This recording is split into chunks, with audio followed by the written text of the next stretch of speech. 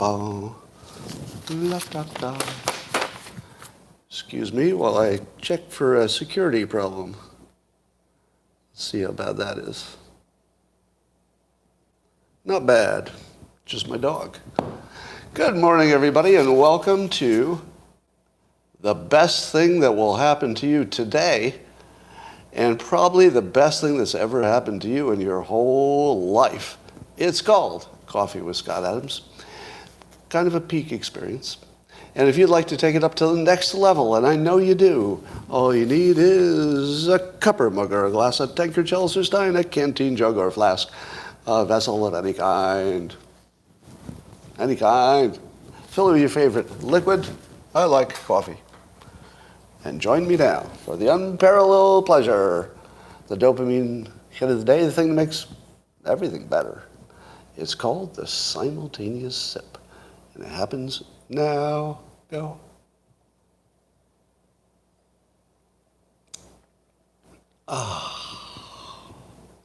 Everything's good now. It's all good. If you hang out to the latter part of my live stream today, after we talk about the news, I'm going to give you a little hypnosis treat. Anybody who wants to stay around for that, in which I will teach you how to release on the past. Release on all your problems in the past. So wait for that. That's coming. I saw there was a scientific study where scientists analyzed people who coincidentally look alike. Have you ever seen anybody who looks like you? You're walking down the street and you say, wait a minute, that person looks just like me. I have a bunch of those, doppelgangers. Well, now it turns out that people who look like each other, even if they've never met, no matter where they are, they end up acting the same as well. So that they have sort of similar preferences. Now, we already know this with twins, so it's actually not that big of a surprise to me. Whatever it is that makes you look physically exactly like somebody is probably affecting your mind as well as your body, right? There's some kind of genetic commonality there. So, what does this tell you? Does it tell you we might be a simulation? That there is code reuse? And that there just aren't that many people in the world? I have hypothesized there are only 100 people. I think there are only 100 people. And everybody's a version. You know, it might be 200, but it's not a lot. It's not a million. There are definitely not a million people. More like 100 or 200. That's it. And everybody's like a version of that, you know, based on what your environment did to you. So not only might we be a simulation, but what would it tell you if there are some characters that are the same characters, but they're playing in different scenes? Well, that would be consistent with my hypothesis that if we're a simulated reality, the reason we're being simulated is to try to solve problems for whoever built the simulation. So in other words, we're running through A/B testing of, okay, if I do this, how does that work out? If I do this, how does it work out? But then you would also have to test it in different environments. So it wouldn't be a good test to test just me and my specific life, trying a different thing and seeing if it works, because you wouldn't know if there was something else about the situation that made the difference. So you would have to test me in a variety of different situations, trying a variety of different solutions, until there was a commonality between the thing you tried and it didn't matter where you were doing it. And then you'd have a solution. So, maybe. All right. I had been ignoring the Senate race in Pennsylvania. And apparently I missed a lot of fun, because I don't really pay attention to state races. But this Dr. Oz versus Fetterman thing has gone to such a ridiculous place that I can no longer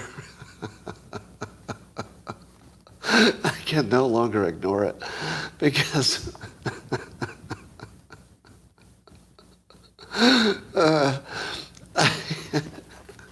it's not funny, except that it is. So, have I explained to you before that there's nothing wrong with laughing at something that's horrible if you also understand it's horrible, right? If you're laughing at tragedy and you don't care, like you have no empathy, well, maybe you're a bad person. But if you know it's bad, and there are there are people genuinely suffering, as long as you acknowledge that, if there's something about it that's funny, well, that's not your fault. That's not your fault at all. And this this John Fetterman thing, the thing I can't get past is that, again, I do have empathy for him and his family. He had a stroke. It seems like it was pretty bad. And the stroke has debilitated him to the point where he tried to give a 5-minute speech and it really didn't work. He just couldn't come up with the words in time. And some of the words seemed to be the wrong choice of word, and it just didn't work. I mean, it was pretty brave. If we're going to give him, any props at all, that was pretty brave. Pretty brave.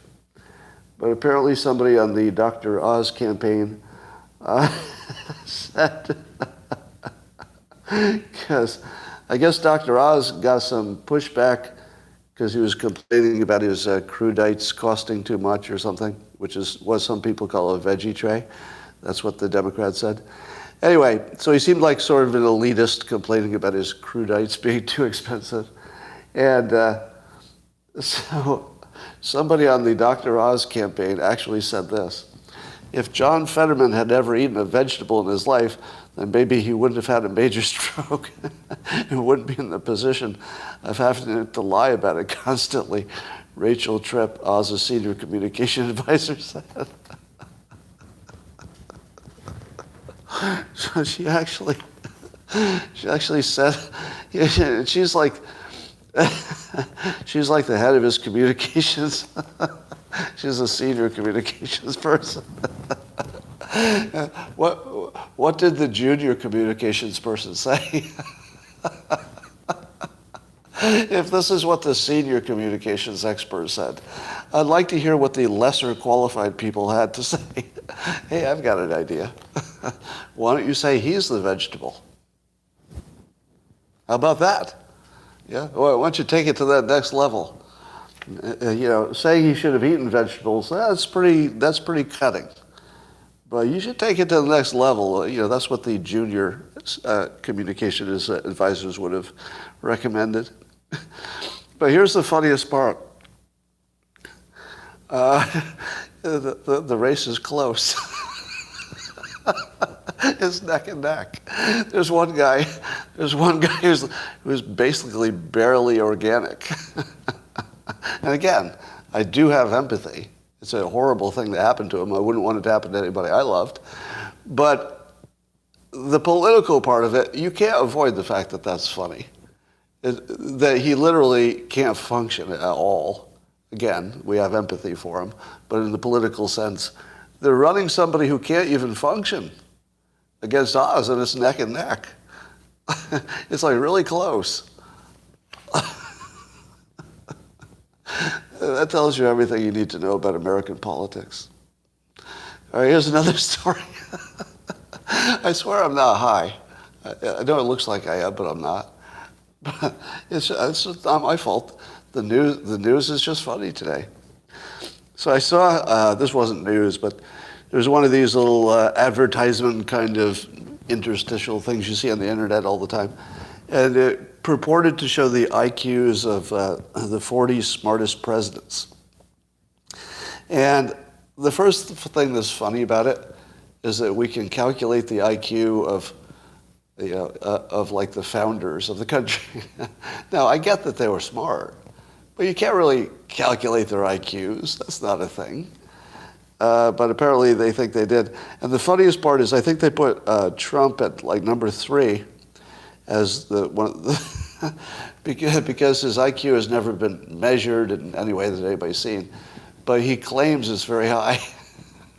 So they used his claim of his IQ and put him on a list at like number 3.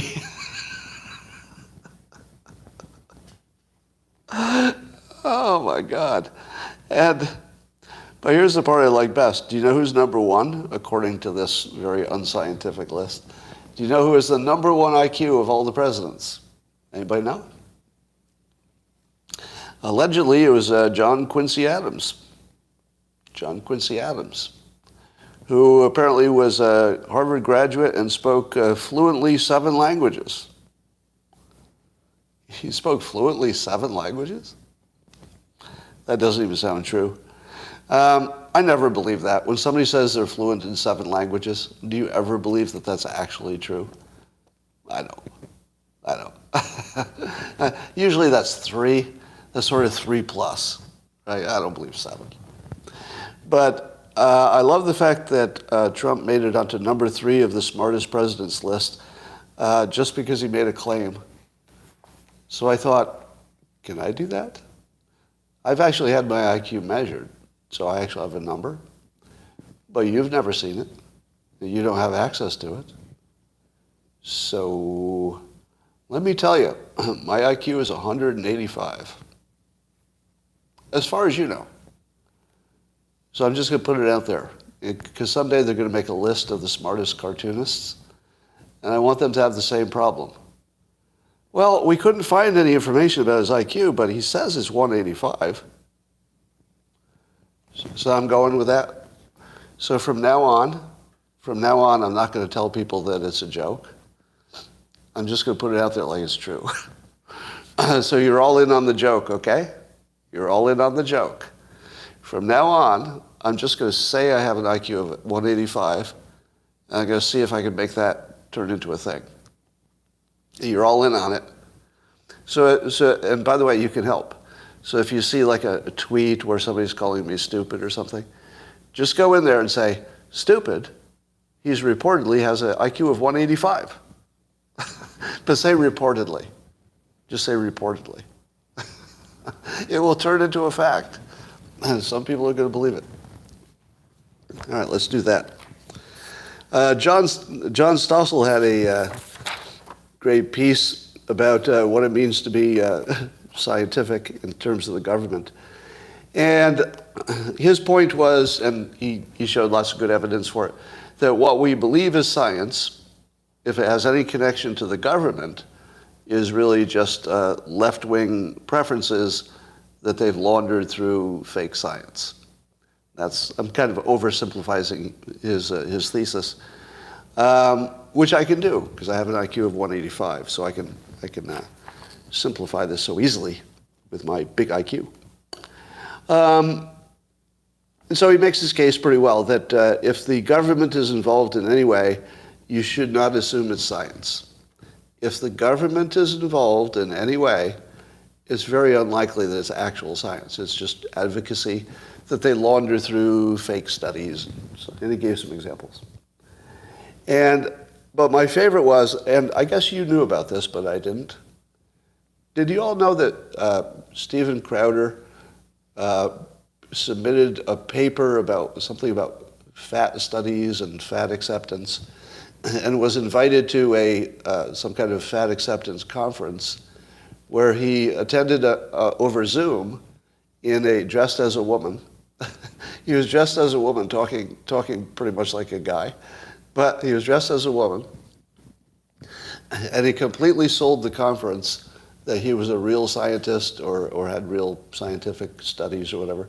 And not only did they love his presentation, but they invited him to look at some other people's studies. Oh my God. How many of you know that I once wore a disguise and went to a top-level business meeting in corporate America? So, true story. Years ago, when Dilbert was sort of a bigger phenomenon in the country than it is right now, I dressed in a fake costume. I had a mustache and a wig, and I went in as a consultant. Now, it was a prank that was being pulled by the San Jose Mercury News, so a reporter there was working with me, and she got the CEO of the company to be in on it. So the CEO knew that I was a fake, but his top generals did not. So it was a meeting of his top generals. And this is what I did.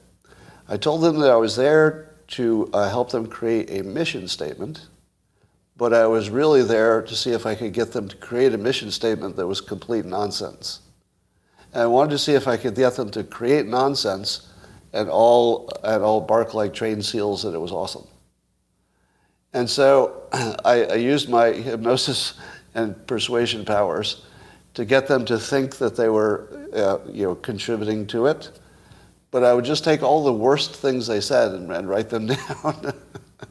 And then I strung them all together until their mission, I don't have it with me, but their mission statement, when it was done, was the most ridiculous, jargony nonsense, because I made sure that the worst ideas got implemented, and I made them think that they were the good ideas. And so when it was all done, it was something like, we strive to be the, it was just a jargony nonsense thing. And then at the end, I said, science has proven that if you want somebody to remember something, it helps to make it rhyme or to put it to music. And I said, is there anybody in the room? And remember, these are the top executives of a tech company, top executives. And I said, is there anybody in the room who has some musical background who could maybe help turn this mission statement into a musical piece? And I actually got somebody to volunteer to turn the mission statement into a song. So once I had reached the ultimate level of ridiculousness, I stood in front of the group and I just took off my mustache. And they're all just sort of in shock. And then I took off the wig, and they're still in shock. And then somebody recognized me. They're like, you're that Dilbert guy, you're the Dilbert. And then it was all over. Great story. Anyway, Steven Crowder's prank, I think, is better than mine, and one of the best I've ever seen. So kudos to Steven Crowder. I guess this was a while ago he did this. I don't remember when. But that's one of the best pranks I've ever seen. Have you ever seen a better prank than that? That's got to be like number one of all American pranks. It'd be tough to top that one. All right. So karma is coming for Andrew Tate. Been kicked off of all platforms. And he's made a heartfelt video about how he was bullied. And that's on Rumble if you want to see it. But I'd just like to say something to YouTube, because I know, if you don't mind, the people on Locals, just a point of personal privilege. Hey, YouTube, I understand you banned Andrew Tate. There's a video on there you need to get rid of, in which he claims that I promoted vaccines and masks. Now, those are lies. They're not the only lies there. The other lies are incredibly misogynistic. And I can't believe you let that video up there, YouTube. So YouTube, what the fuck are you doing? You motherfucking pieces of shit. You cunts. You absolute cunts. If you're going to get rid of Andrew Tate, get rid of all of it. Because that's the worst thing he has on there. And it's still there. You motherfuckers.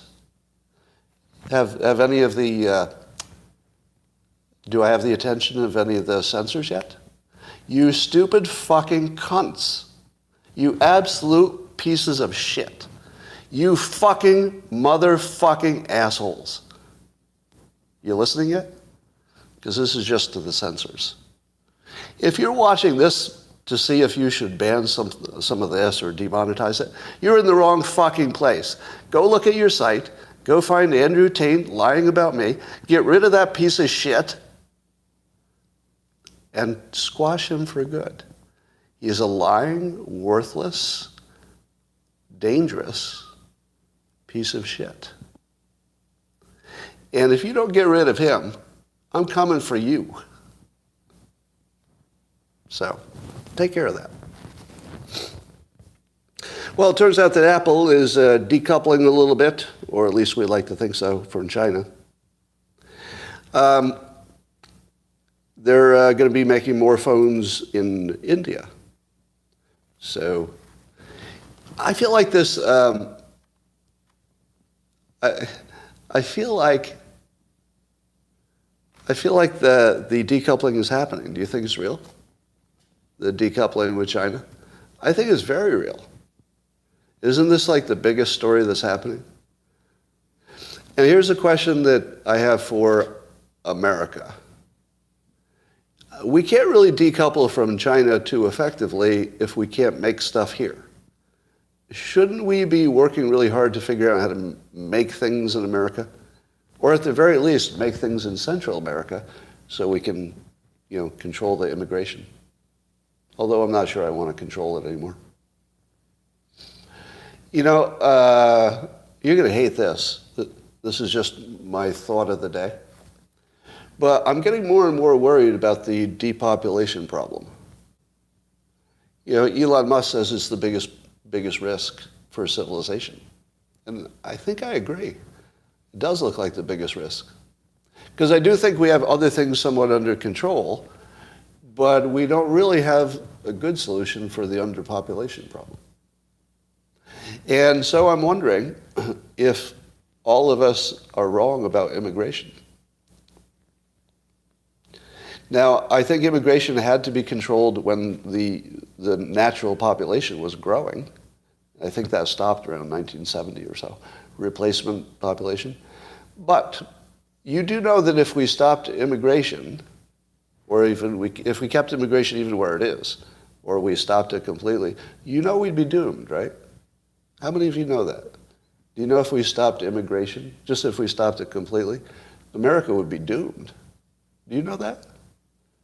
Is that something that is not commonly understood?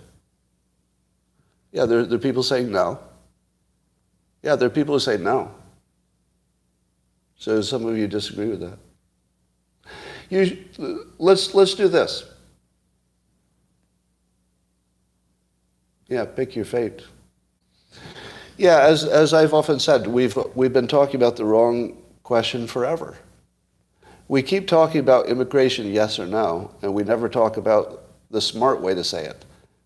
Do you have a mechanism for controlling it?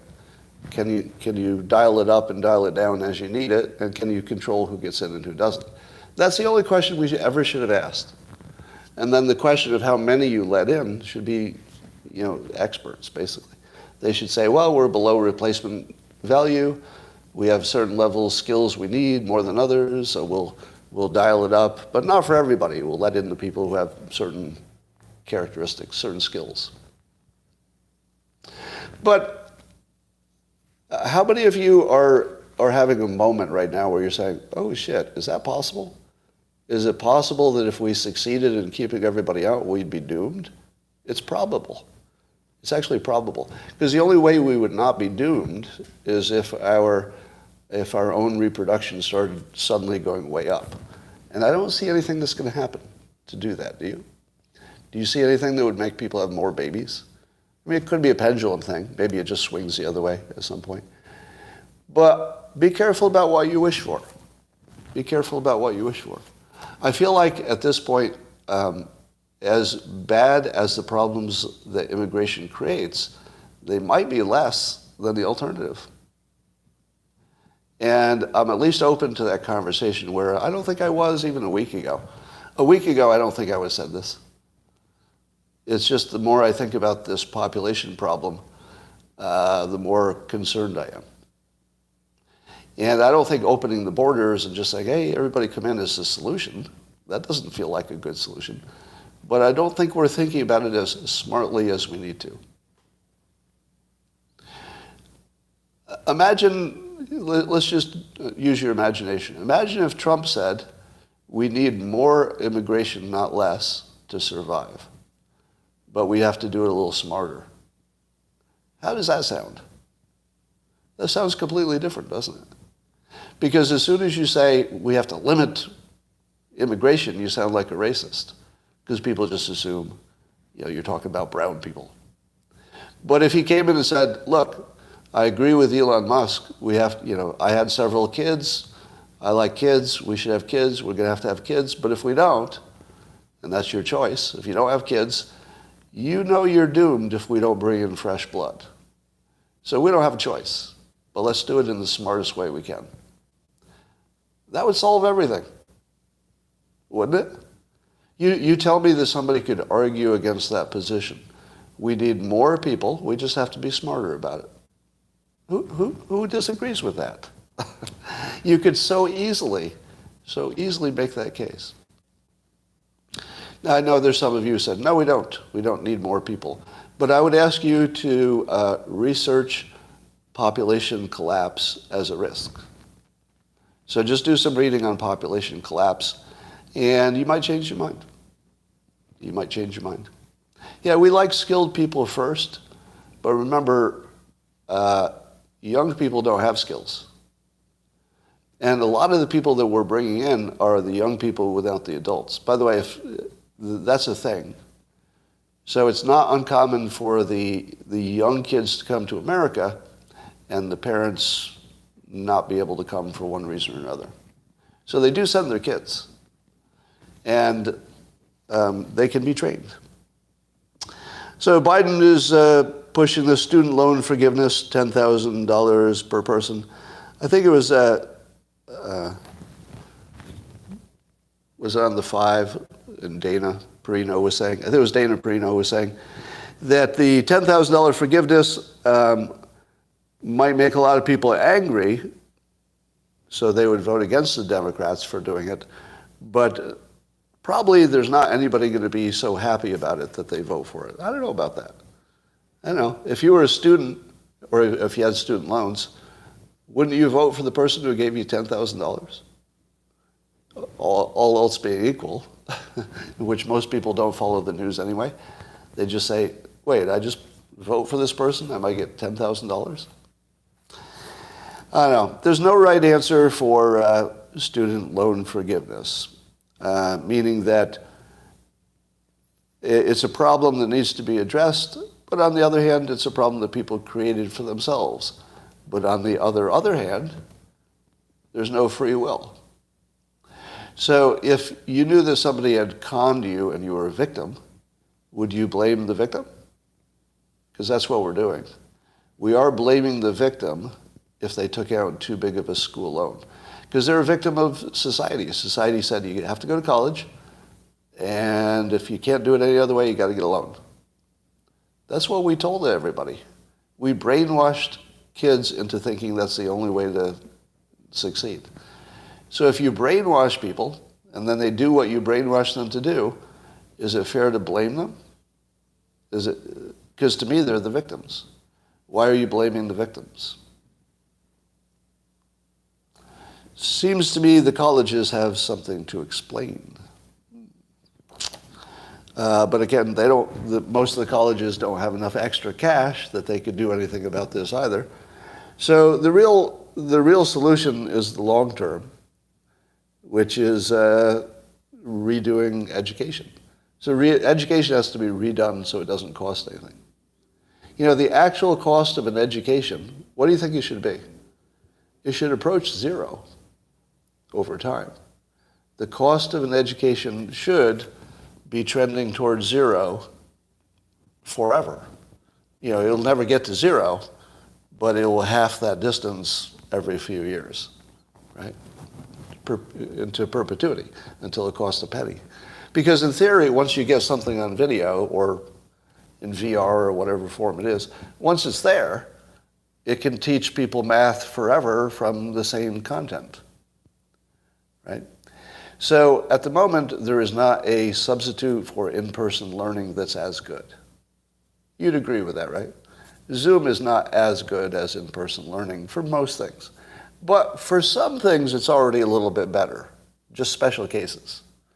The special case would be the teacher is not so good, but the video is excellent, and it's a visual thing, so being on video helps. So, but that crossover will continue. There's no chance that a human teacher can be competitive with technology as a teacher. No chance, not in the long run. So in the long run, it might be an avatar or an AI or something. But there's no way that a human will be able to, be competitive, except maybe as a coach or in the room or something, right? But the main teaching will definitely be technology, and that means that the cost of it should be dropping. So that's the long term. And I've said this before, but if you haven't heard it, I'm going to make this a thing. I tried to start a startup to do this, and actually had an agreement to get it funded. A company was going to work with me on this. But something happened with that company, and they changed their priorities and fell apart. And the idea was this, that each of the courses that you teach in school should be defined so that you can break the course into chunks. All right, here's the module where you learn how to calculate angles in geometry, or whatever it is, but like discrete little chapters. And then you say each of these chapters is available to the entire world to make a better version. So you can just work on this module. If you could teach somebody how to calculate an angle better than anybody else, then maybe yours gets voted up, because people would be analyzing them. And then your module gets voted up to be a recommended part of the class. And then somebody comes in later and they come up with a better module, and that module gets voted up and replaces the other one. Over time, all of the modules in the class would be the best one that the market could produce. It'd be way better than a human teacher, way better. Won't even be close. You just have to add competition, and then you have to build an Amazon-like market where people know exactly what they're building and what money they could make if it's successful, like a book, right? When you write a book, you have a really good idea, what's my advance, and if it succeeds, what's my upside? It's a very mature market. Education will become that. So in the long term, I would expect Amazon would be the only place you get an education. How about that? And it won't cost much. Maybe you pay $1 for a module. It's just video, right? So they can deliver it for basically zero cost. So yeah, $1 a module times everybody who's learning it's pretty good profit. Once there's a good lesson, who will ever, anybody who thinks that they can write a better book tries to write books, even though there are plenty of books already. You never have to worry. So I'm seeing, Khan Academy and Udemy and everything being recommended, but I don't think that any of those models have what I'm describing. I think they have entire courses given by, one set of people or person. I don't think there's any one course that's broken into chunks. Is that true? But if you ever see that, let me know, because I would promote it for you. Jordan Peterson is working on a school like that? Are you serious? Well, let me know about that. Oh, he is. Well, I'll be damned. So you're saying that Udemy does that? I don't believe that. I think Udemy is just something you want me to know about, which I know about. All right.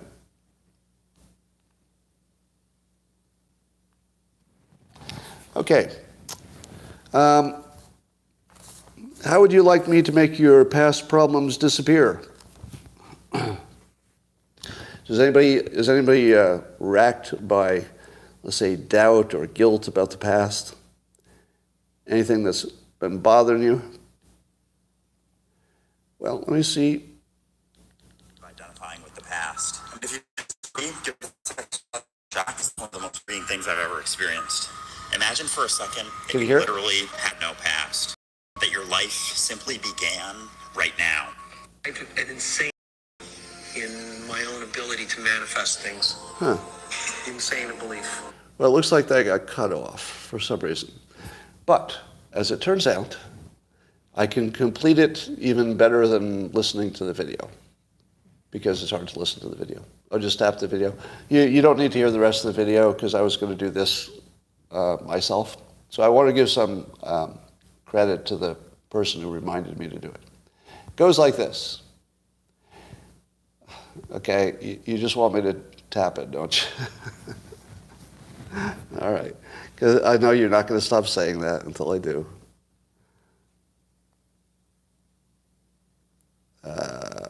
But but no, I'm not going to do that. Forget that. I'm not going to show that to you because I can do it better myself. Okay? So stop saying tap. There's absolutely no reason you need to keep identifying with the past. And if you disagree, Fucker. God. So I'm going to do it myself. It goes like this. Think about where you are. Look at your surroundings. Just look at your surroundings. And feel that this is all that exists.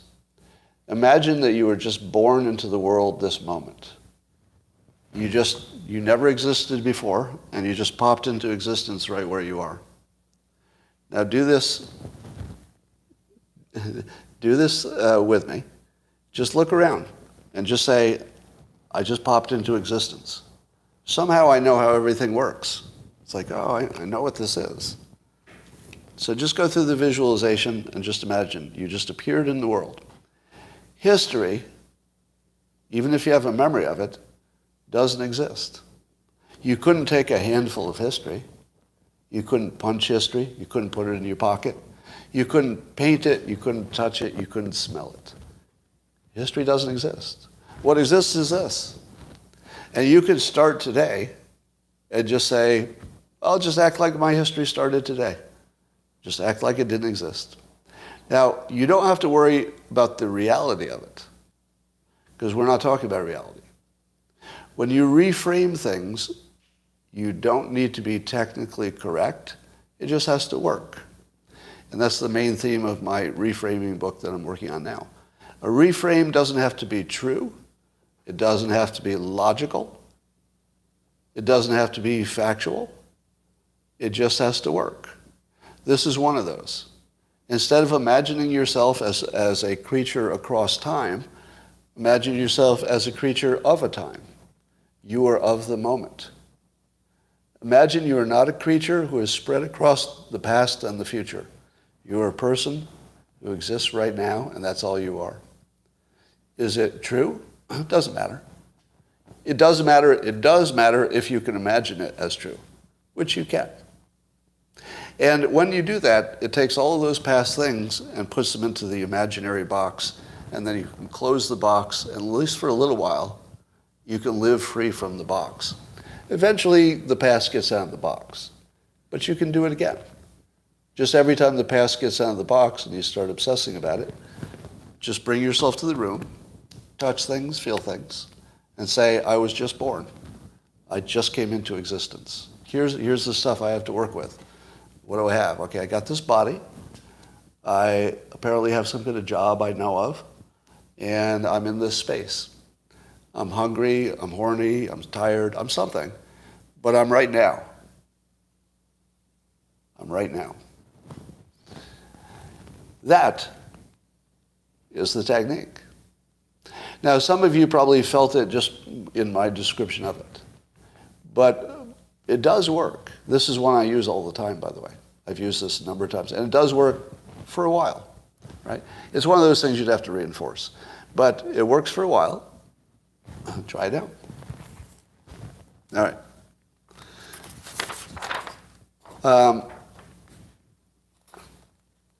So this next part, many of you will want to turn off. I think we can agree that nobody cares about vaccinations anymore, right? Do we all agree with that? Nobody wants to hear an argument about it. Nobody wants to hear if you chose right or chose wrong, blah, blah, all right? But here's what I'm not going to release on. How we think about things. That's important, right? And given that I have an IQ of 185, I'm going to help you think through some things. And I was sort of curious myself about how people were thinking about it. So I did a poll in which I asked people, what is your level of certainty that the risk of long COVID for people over 40, we'll forget about the young people for a moment, but what is your certainty that the risk of long COVID for people over 40 is too small to be of concern? How certain are you that long COVID is something you don't need to worry about. The people who are totally certain that long COVID is nothing to worry about was, what do you think that came out to about, roughly? The people who are totally certain that you don't need to worry about long COVID at all. Yeah, it's about a quarter of the people. That's probably a coincidence. It was 28% specifically. And then, where's the other people? Did that really not print? Oh, here it is. People who were confident but not totally certain was about a third. And then 38% said it was just unknown. Just unknown. Now, that's your whole vaccination discussion right there, right? Because if you said to yourself you were sure about the risk of long COVID, you had everything you needed. Am I correct? If you were sure about your risk of long COVID, that it wasn't a risk, then I think you'd have everything you needed to make an informed decision. Would you agree with that? Because you have some sense of the vaccination itself. You have some sense of the risk of the virus itself. The only thing that was unknown would be the long COVID. Would you agree with that? That was the big unknown. And if you were positive that you knew, then you would say, I knew everything I knew. Does that sound correct? I would agree that if you knew long COVID risks, somehow you had a way to know it. That's all you know. But I asked people also, I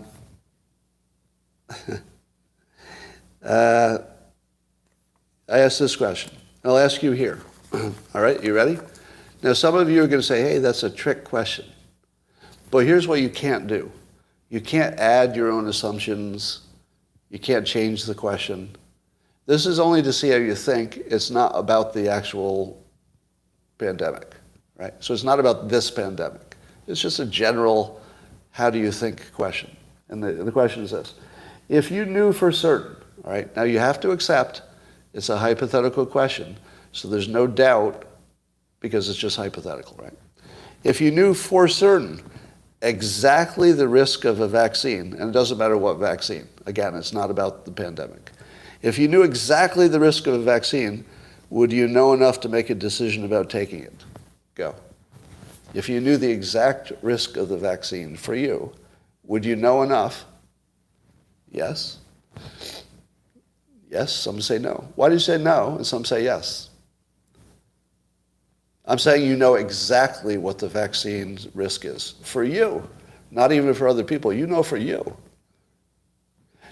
Now, those of you who are watching the answers go by, are you confused that there are people saying yes and people saying no? Like, do you wonder what the other people are thinking? Aren't you curious? Like, whichever answer you gave, aren't you shaking your head and saying, how in the world could somebody be on the other side of this question? And it doesn't matter which side you took, right? Aren't you amazed? Aren't you amazed that somebody's answering differently than you are? It's kind of weird, isn't it? No matter which side you're on.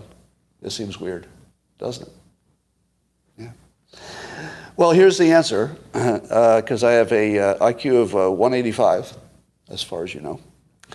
The answer is that if you knew the exact risks of the vaccines, it wouldn't tell you anything. That's no information. No useful information.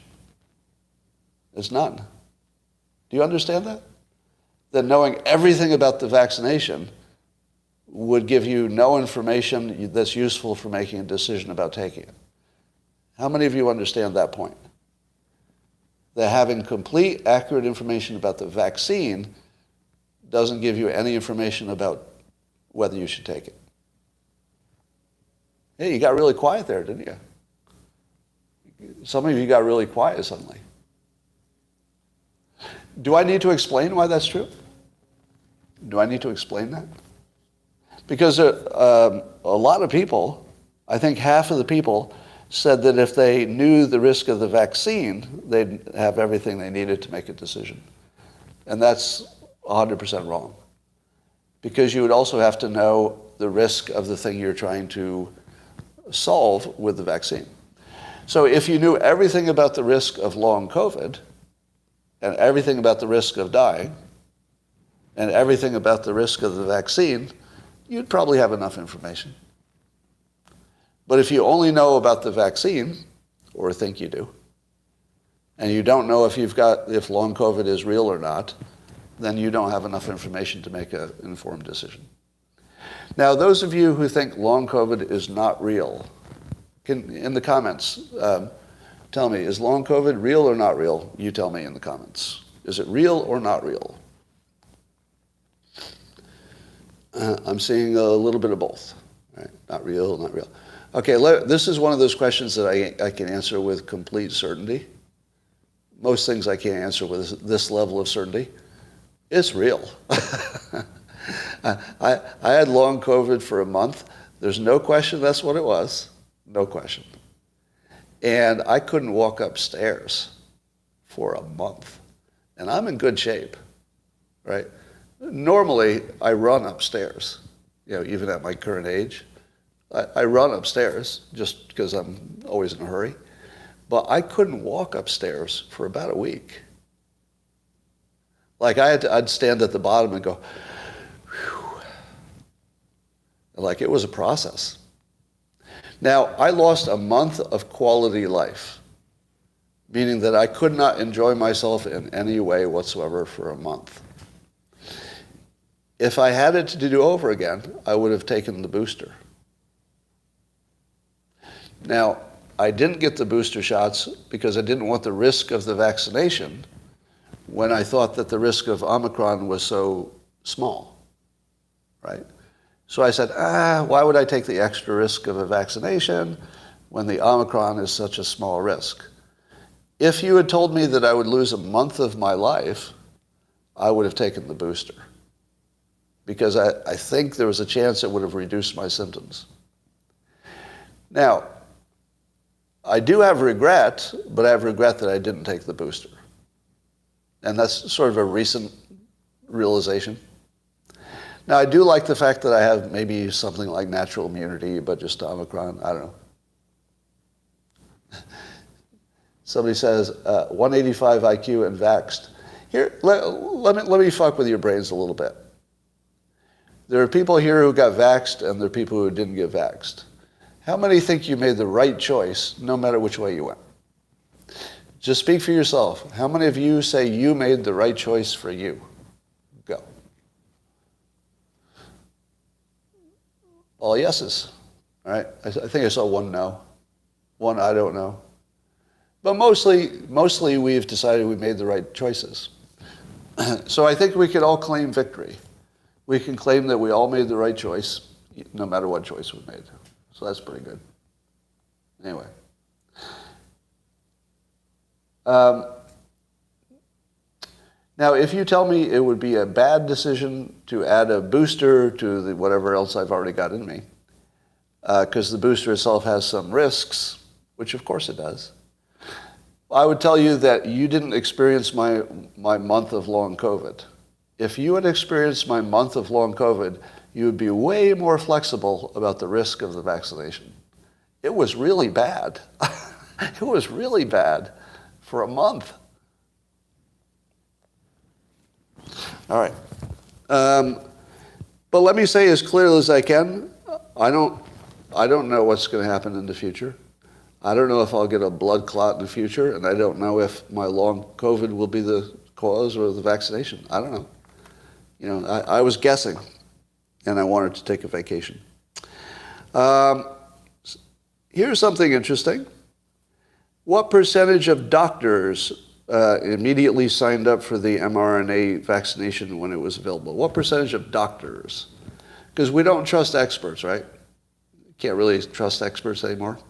We don't trust the government. We don't trust the WHO, right? I saw a number that said 96%. Yeah, I saw 96%. Does that sound right? Now, I don't know if it's right, but let's say it is. If 96% of the doctors took the vaccination, do you think they did it for coercion reasons? Does that sound like doctors? The doctors that you know? Have you ever met a doctor? Are doctors opinionated? Do doctors have strong opinions about things? Yes, they do. Doctors have really strong opinions about shit. You think you could get 96% of them to sign up to an experimental drug unless they were feeling comfortable it was the right choice? Now, that doesn't mean it was the right choice. I'm just saying, did they feel comfortable? All right. Now, let's compare that to this situation. I recently was diagnosed with I forget what you call it, one of the hernias. It's like a little hernia, like a break in, it doesn't matter what it is. But when I talked to the experts, my regular doctor had primed me this. I'm going to have you talk to the expert, the surgeon who does the surgery.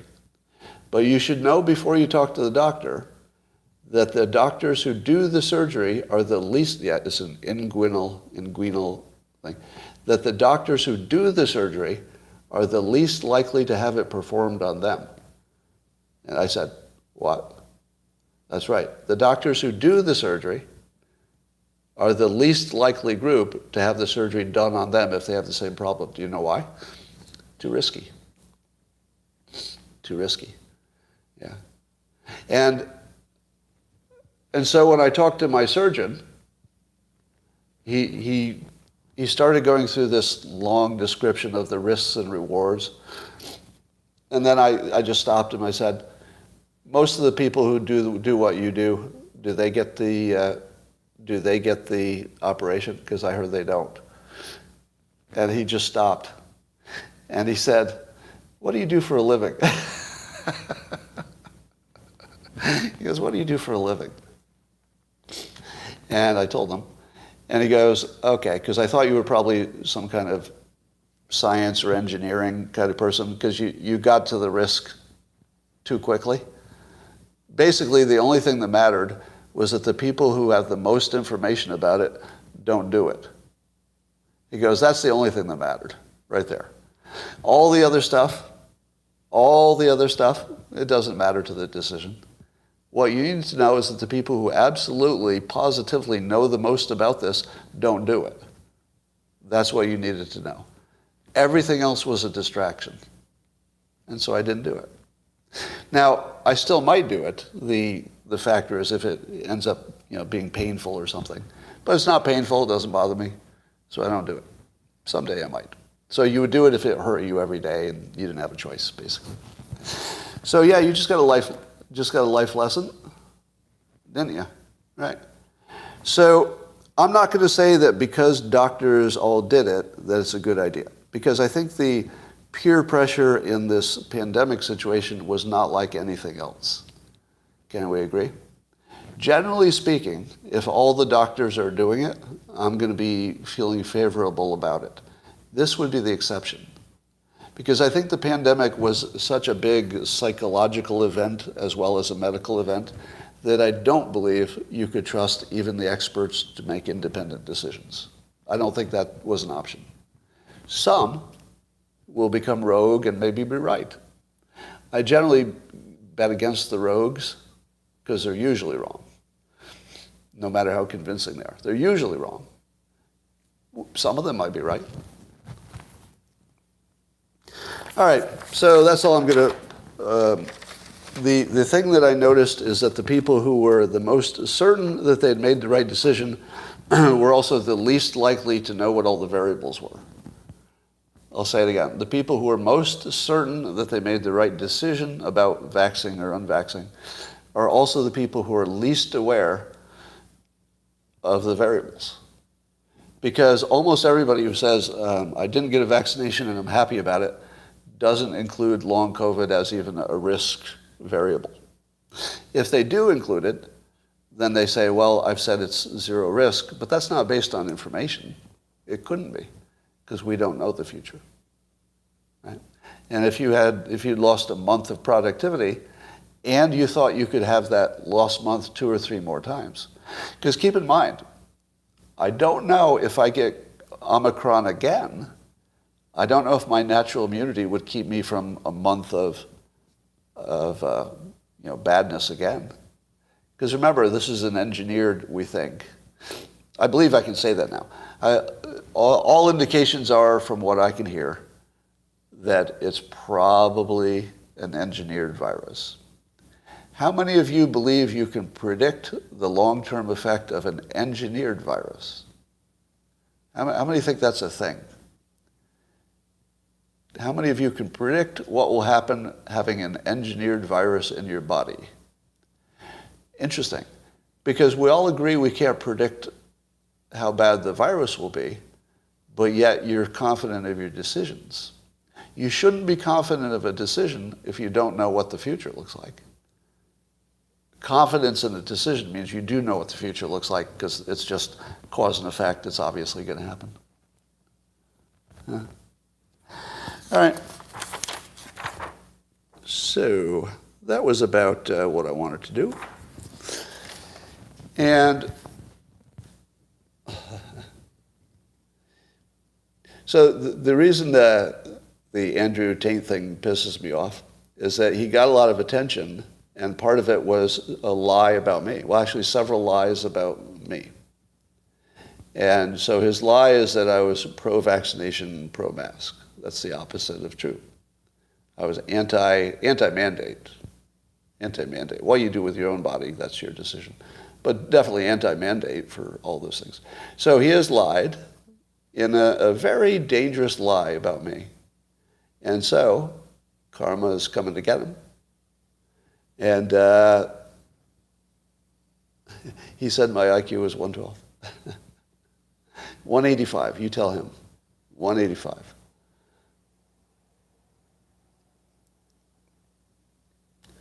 Confident in making the right choice given the current information. Okay, I'll take that correction. In case you never think I changed my mind.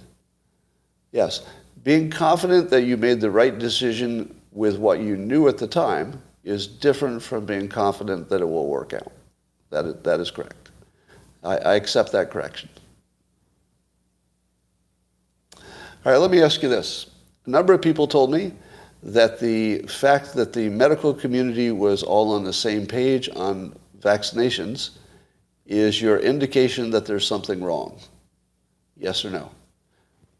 The fact that the medical community was so pro-vaccination, and it seemed like they had all, except for the rogues here or there, that they seemed to have this unified front, is that an indication that there's a problem?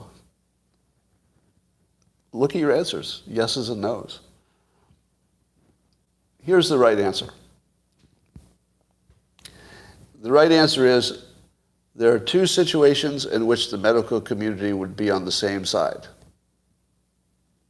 One is the one that we're talking about.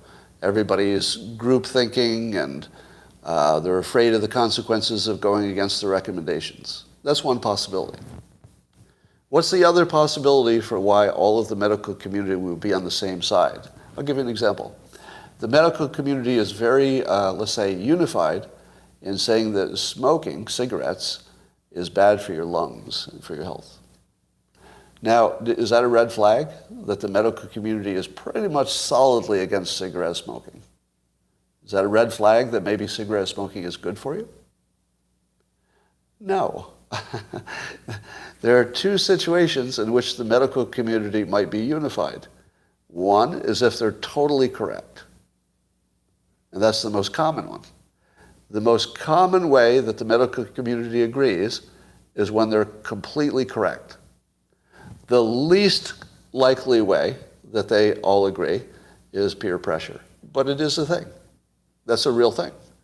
I absolutely agree with you that what we could be seeing could be nothing but peer pressure. That's possible. It's not my opinion. But if you say it's not possible, oh, it's possible. It's very possible that every one of them could be wrong. Very possible. It's just the least likely possibility. The most likely possibility is that they're right. By far. Probably 10 to 1.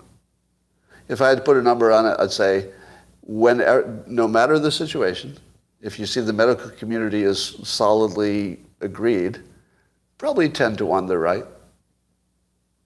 But the pandemic would be the one situation where you'd have to question it. Can we agree on that? That the pandemic was such an unusual situation with government control and everything else. That is the one time where all the doctors being on the same side should mean closer to nothing. Closer to nothing. But if you took it as more than nothing and you moved it all the way to, well, it's a sign of fraud, well, that's not justified. The fact that they all agree is not a signal for fraud. It's either a signal that it's an obvious good thing or something extraordinary happened and unusual. But that extraordinary and unusual thing would happen in exactly that situation. So it wouldn't be extraordinary in that situation, the pandemic. All right. The doctors were unified that masks don't work at first. Were they? No, they weren't. No, they weren't. I don't think doctors have ever been unified on masks. I think masks is the one thing they're not unified on. But, let me say that differently. I believe that doctors are unified that masks work, with quotes, if you're visiting your 90-year-old grandmother in the rest home. Correct or not? I believe that nearly 100% of doctors in the pandemic context would tell you to wear a mask if you're visiting your grandmother in the rest home. And not just for looks and not just because it's the rules, but I think all of them would say, it might make some difference. It might make some difference. So if you believe that the virus is too small for the mask holes, which is true, the virus is much smaller than the gaps in the masks. And plus it gets out the sides, plus people wear them wrong. So in the real world, if you're wearing it all day, probably doesn't make much difference because there's enough getting out that if you're around people all day long, it doesn't matter how it gets there. But on a short visit, does your mask get moisture on the inside of the mask? Yes or no? Is there moisture from your exhaling on the inside of the mask? There is, right? And if the virus travels on the moisture, do you think you wouldn't be able to measure any virus on the mask? If somebody had COVID, you don't think you'd be able to pick it up on the inside of the mask? So we know the mask would stop some. If it only stopped, bad logic. It's not bad logic. Remember, I've got an IQ of 185. Don't forget that. So if you know that virus is on moisture, the moisture is on the mask, some of that virus is on the mask. Now, is that enough to make a difference? Don't know. Because one of the hypotheses that we heard, that I have not heard debunked, but I've not heard it confirmed, is that the amount of virus you're initially exposed to makes a difference. How many of you think that that's confirmed, or maybe just logical? That the amount of initial virus you come with, logically it makes sense, but it doesn't mean it's true, right? Our logic brings us, less virus, probably good, because your body has less to fight, right? Right. So here are the things that we can say for sure. From an engineering perspective, there's a 100% chance that masks stop some virus. If you disagree with that, you're a fucking idiot. Let me just say that. Does anybody disagree with that? Does anybody want to out themselves as a fucking idiot? If there's moisture on the mask and the virus travels in the moisture, it's stopping something, right? Nobody disagrees with that, right? Now, do we see the difference in the statistics? I haven't seen it. So whatever's happening is too small to justify a mandate, but probably not too small to justify wearing it if you're visiting your 90-year-old grandmother in the rest home. How many would agree with that assessment?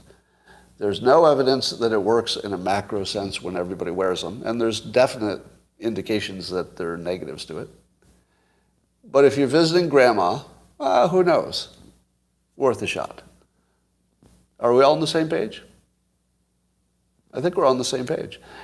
Now, I would also say that in the beginning, We didn't know. I mean, maybe, we were guessing.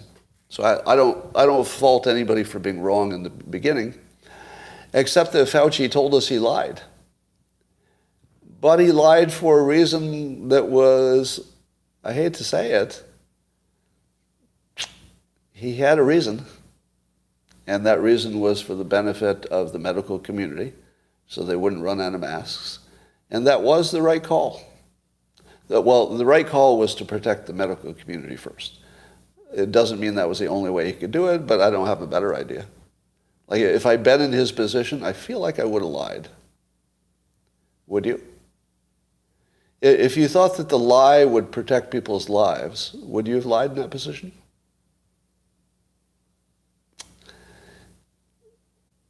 It's easy to say no, but people would die if you told the truth. You know that, right? Suppose you were sure that telling the truth would kill people. Would you lie anyway? Or would you tell the truth? If you knew people would die because you told the truth, would you tell the truth? Yeah, it gets tougher if you know people are going to die. Because I think that was the case. I think Fauci was closer to knowing people would die if he told the truth. Yeah. So I think here's how I would have preferred to handle it. And it would have gone like this. We need those N95 masks for the medical community. If I see you wearing an N95 mask and you're not a doctor, I'm going to talk to you about it. And everybody else should too. If you see somebody wearing an N95, ask them if they're a doctor. Well, I mean, if they're outside in the street, I don't know, why are they wearing it anyway? But I think you could have embarrassed the public out of wearing them. I think you could have done that. You could have just embarrassed the public and say, look, if you're wearing an N95 mask in public and I don't have them enough for my surgery team, you're an asshole. Yeah, I get that you're protecting yourself. I get that it's your right, but you're not making the right choice for the country. So I feel like we maybe could have embarrassed the country into, not scooping them up. Because I do think that Americans will step up. What do you think? I mean, not everybody in every situation, but my impression of Americans is that in emergencies, we do step up. And I think if you said, this is an emergency, I'm going to ask you not to protect yourself. I'm going to ask you not to protect yourself with these N95s until the medical community can protect themselves, because that's your better outcome in the long run. Would we have stepped up? Well, if 10% said they wouldn't, because they just are afraid, I would say those 10% probably needed them. If there's 10% who have such a mental, let's say they're so mentally debilitated by what they perceive as the risks, maybe they need the N95s, right? Because at that point it's medically required. But I think you could get 80% of the public to say, I'll increase my risk a little bit for you doctors, because you're increasing your risk for me. How hard is it to increase your personal risk to benefit somebody who's increasing their personal risk, and you're seeing it in real time, for you? Everybody in the medical community increased their personal risk for you.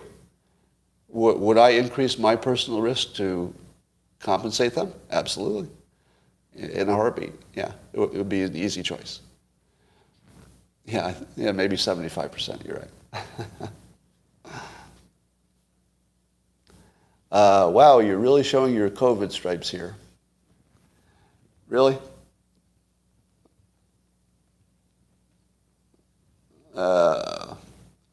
Sean, so you're on a subscription platform, so I'm going to charitably assume that I'm misinterpreting you. All right. So if you'd like, this would be a good time to explain what you meant by I'm showing my COVID stripes. Because I think you heard what I said about the last person who misinterpreted me on this topic. And I'd be happy to say it again, but I'm going to charitably assume that you are, oops. Yeah, I just lost the feed. Hold on a second. How the hell did that happen? I just lost the entire locals feed. There we are. Hey, I'm back. Hello. Sorry, I hit the wrong button.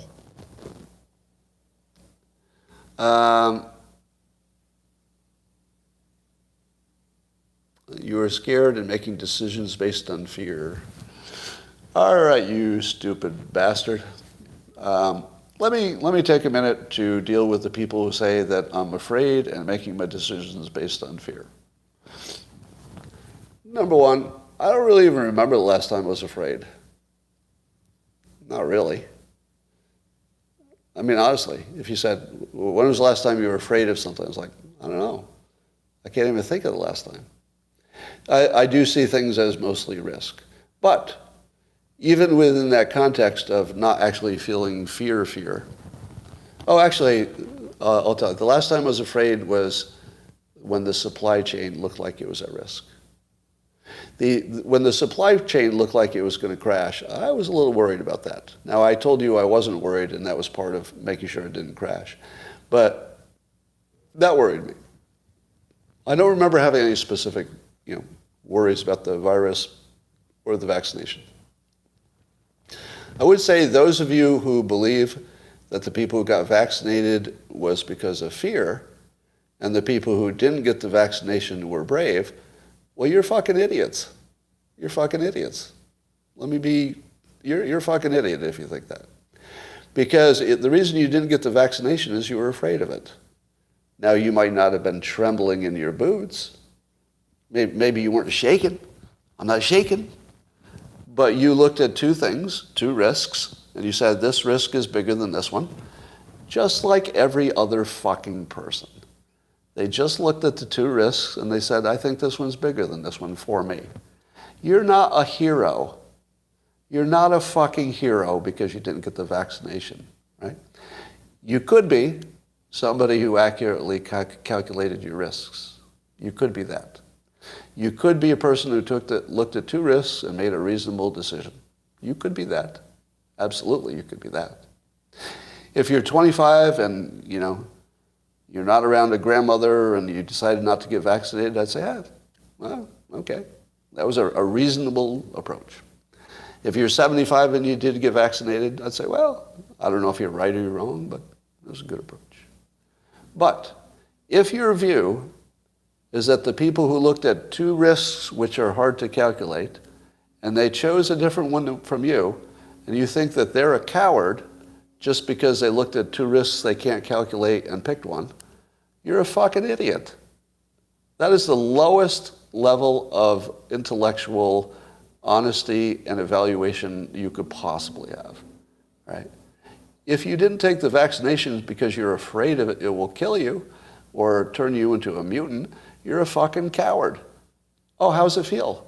How's it feel? How does it feel to be called a coward for not taking a vaccination?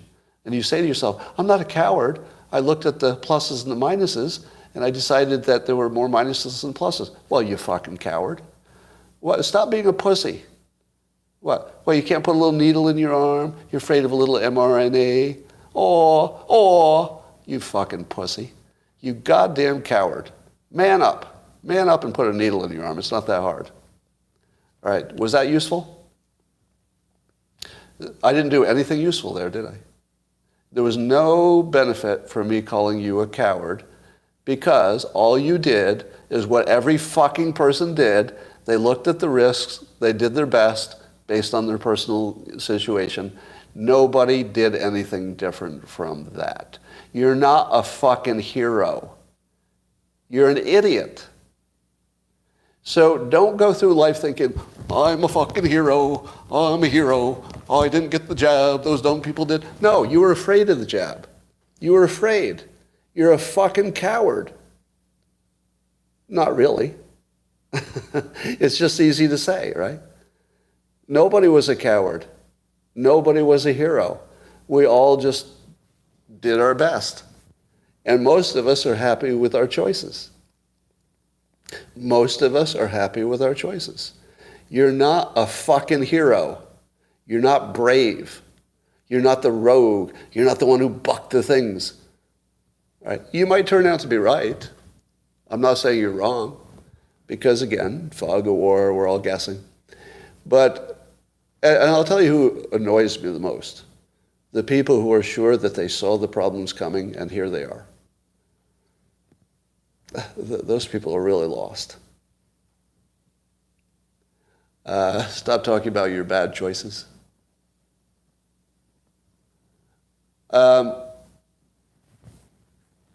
Well, that's the NPC approach. How many people did I drive off? I was assuming that I'd lose everybody here. Yeah, it looks like I lost most of the YouTube people. All right, that's all for now.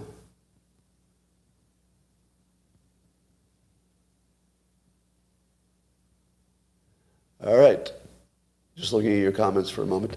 YouTube, I'm done for now. I'll talk to you later. Bye.